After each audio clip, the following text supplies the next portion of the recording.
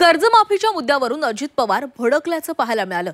धाराशिवमध्ये पूरग्रस्त शेतकऱ्यावर दादा भडकले होते। प्रश्न विचारणाऱ्या शेतकऱ्यावर अजित पवार भडकल्याची काही दृश्य पाहायला मिळाली।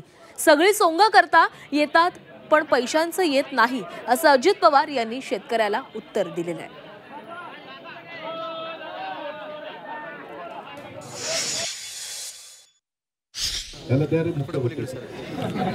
मला कळतंय ना, आम्ही काही गोटे खेळायला आलोय। त्याला एवढं राव सकाळी 6ला सुरू केलं बाळावी करमळ्याला। म्हणजे जे काम करतं ना त्याचीच मारा बघा ना। आता एवढं जीव तोडून चालतोय, हातून पण एका ठिकाणी जायचंय। आम्हालाही कळतंय ना, आम्ही लाडक्या बहिणींना आज किती मदत करतोय। आज 45,000 कोटी रुपये वर्षाला तिथं मदत करतोय।